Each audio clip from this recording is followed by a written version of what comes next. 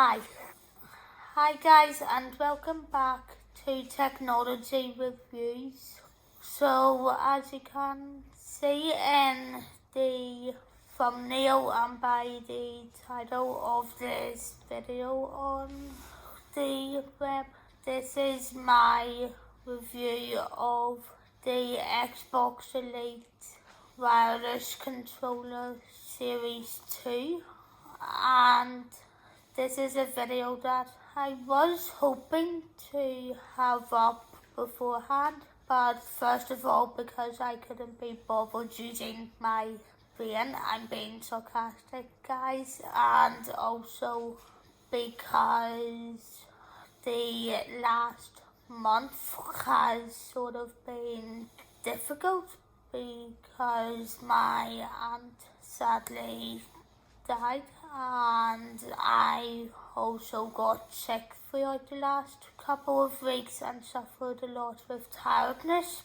but now I'm back again and feeling better, and I'm going to try getting a few videos out within the next couple of weeks, and we'll see how well everything goes on here.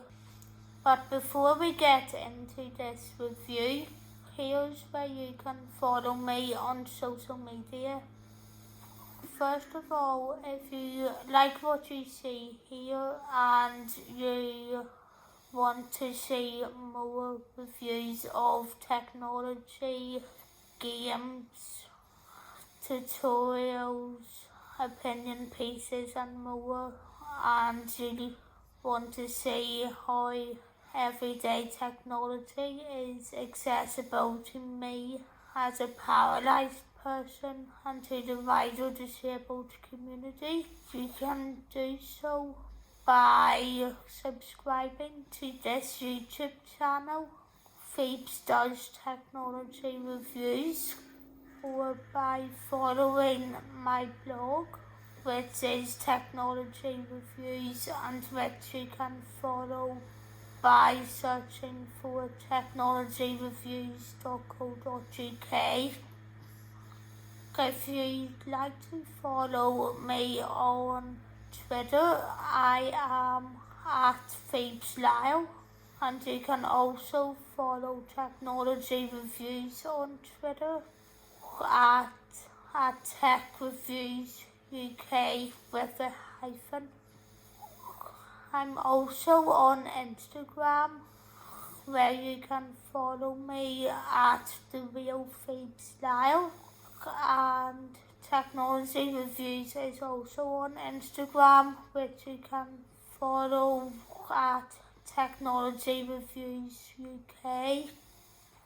Lastly, I'm also going to try growing a podcast that I have for technology reviews in the next 2 months, and to follow that you can get it by just following my personal SoundCloud, which is just Phoebs Lyle, with the last name being Lyle. But now let's get into this video.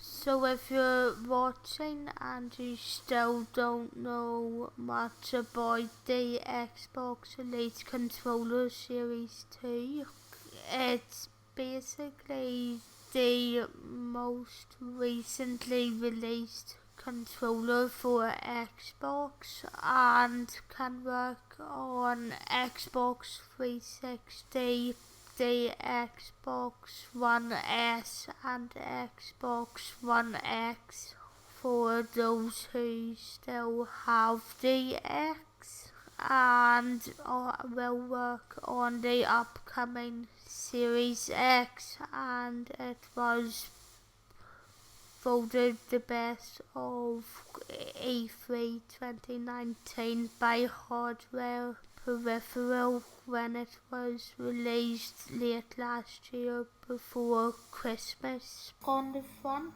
of your box you have a picture of the Elite controller itself with a black handle at the top, and as we head round to the side there's a wee bit of information, and then at the back you have in here you see two pictures of diagrams, one mentioning the adjustable thumbstick tensions and your selected preferred thumbsticks and D-pad options, as well as your limitless customisations, with the other explaining your extended gameplay and durable performance and durable components, and the back held triggers and paddles. But now let's see what we get inside. In the box you get your case, and the Elite controller will be inside your case. Different from the last generation of controllers, of Elite controllers, which I didn't have but didn't know about. This one has the rubberized grip going all the way round. For anyone wondering why I just have the magnetic D-pad on here instead of the round one, it's basically because I wasn't able to use the round one, whereas I can use this one. Also in the case you get all your thumbstick options, as well as a charger brick, and this charger brick is in itself really important because it basically allows you to charge your controller outside on a table or desktop or in your case. If we then turn the controller around, you can see all the back stuff you have, including your paddles and the top bumper and trigger options you have. These triggers are very important because you can also edit them, so depending on whether or not you want to be able to hold the buttons down or press them down halfway, or literally just tap them, you can do that. But because I can only do everything on top of the controller, on the front of it, I don't use the back options.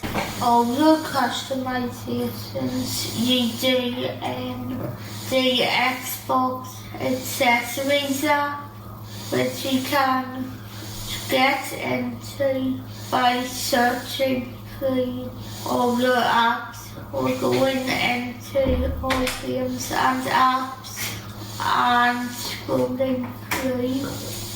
So if I go down to the bottom of this page and head into Xbox accessories, you can see that the Xbox Elite Wireless Controller Series 2 is one of my options. So all I need to do is hit A for configure, and go into that. Then if I go over to this button, which is edit, and click into that as well. This is where you can adjust any of the customizations that you want to change. So if I want to change the thumbsticks from acting as a toggle, basically because I like using right stick as my primary stick instead of left stick, you can swap the sticks over by clicking on this and then go into here.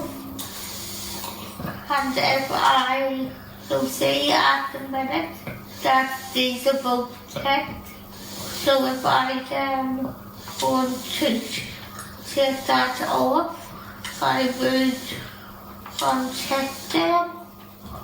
But because I still like that way of doing stuff, then I'll just leave them ticked.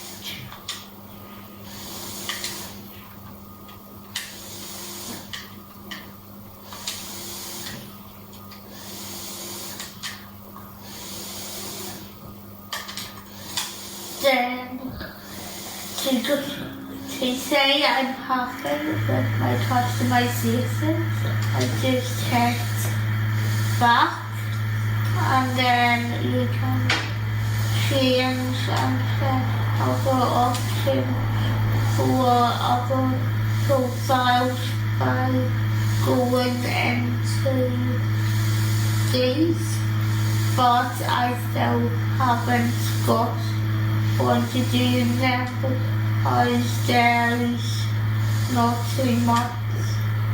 I think that would help for the other ones other than possibly a stick click option being added to the options, which I hope is something Microsoft could possibly think of including in one of the next updates.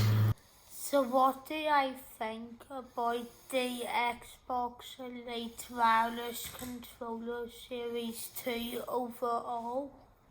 Well, the good news is that even as a member of the disabled community, that it is accessible enough to disabled people. Although I can't use the back bumpers and triggers and the paddles, I like how much you can customize them to whatever is easier for you, and even moving the joysticks and selecting which joystick is easier for you to use is very easy to do. And overall I would give it 5 stars. So that's everything for this video, guys. So I will see you in the next video, and that is us out.